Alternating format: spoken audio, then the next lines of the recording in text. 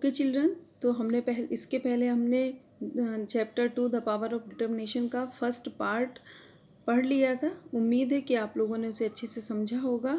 चलिए तो आगे बढ़ते हैं।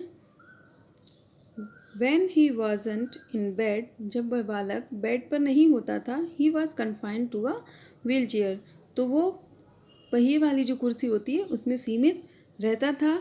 One sunny day, his mother wheeled him out into the yard to get some fresh air.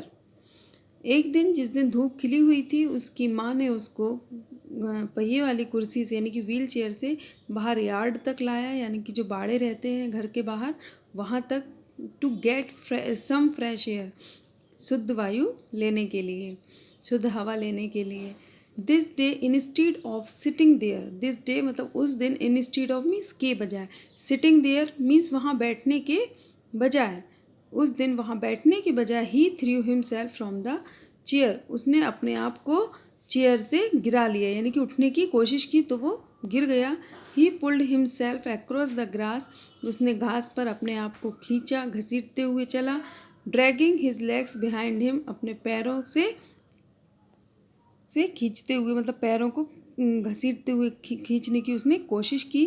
He worked his way to the white picket fence bordering their lot, उसने धीरे धीरे से आगे चलकर जो उनके बॉर्डर बनी थी, उस बाड़े के जो रहती है ना खेतों में, जो चारों तरफ बॉर्डर लगी रहती है, इसी तरह से जो फेंसिंग थी उसको वहाँ तक वो पहुँच गया।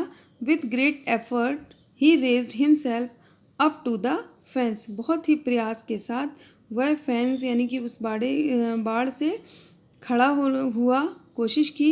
Then stake by stake, stake by stake means धीरे धीरे, और तब धीरे धीरे he began dragging himself along the fence, यानी कि उसने धीरे धीरे से चलना शुरू किया।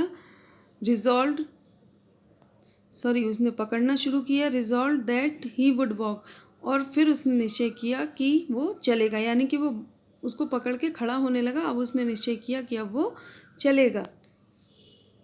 ही started to do this every day, वह ये कार्य प्रतिदिन करने लगा। Until he wore a smooth path all around the yard beside the fence, जब तक कि उसने अपना एक रास्ता बना लिया चलने के लिए। There was nothing he wanted more than to develop life in those legs, वह ये चाहता था कि उसके पैरों में जान आ जाए। आगे देखते हैं। Ultimately through this daily massage, अंततः थ्रो दिस डेली मसाज, यानी कि उसकी माँ ने जो उसकी डेली मसाज की। हिज आयरन परसिस्टेंस, उसका एक निष्ठ जो प्रयास रहा। हिज रिजोल्यूट डिटर्मिनेशन, और उसका जो दृढ़ निश्चय था। He did develop the ability to stand up, उसने अपने अंदर खड़े होने की क्षमता विकसित की। देन टू वॉक हल्टिंगली, लड़खड़ाते हुए चलने लगा।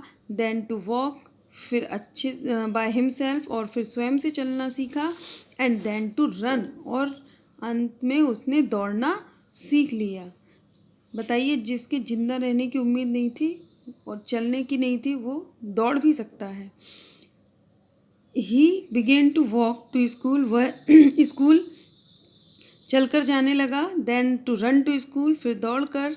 To run for the sheer joy of running, उसको दौड़ने में मज़ा आने लगा, वो खुद के लिए दौड़ता था, उसे बहुत खुशी होती थी। लेटर इन कॉलेज, और बाद में कॉलेज में, he made a track team, उसने अपनी एक टीम बनाई। स्टिल लेटर इन मेडिसन स्क्वायर गार्डन, और अंत में मेडिसन स्क्वायर नाम के गार्डन में, दिस यंग मैन, यह युवा व्यक्ति, who was not expected to survive, जिसके जीवित रहने की उम्मीद नहीं थी। Who would surely never walk, जिसको निश्चय नहीं था कि वो कभी चल भी पाएगा।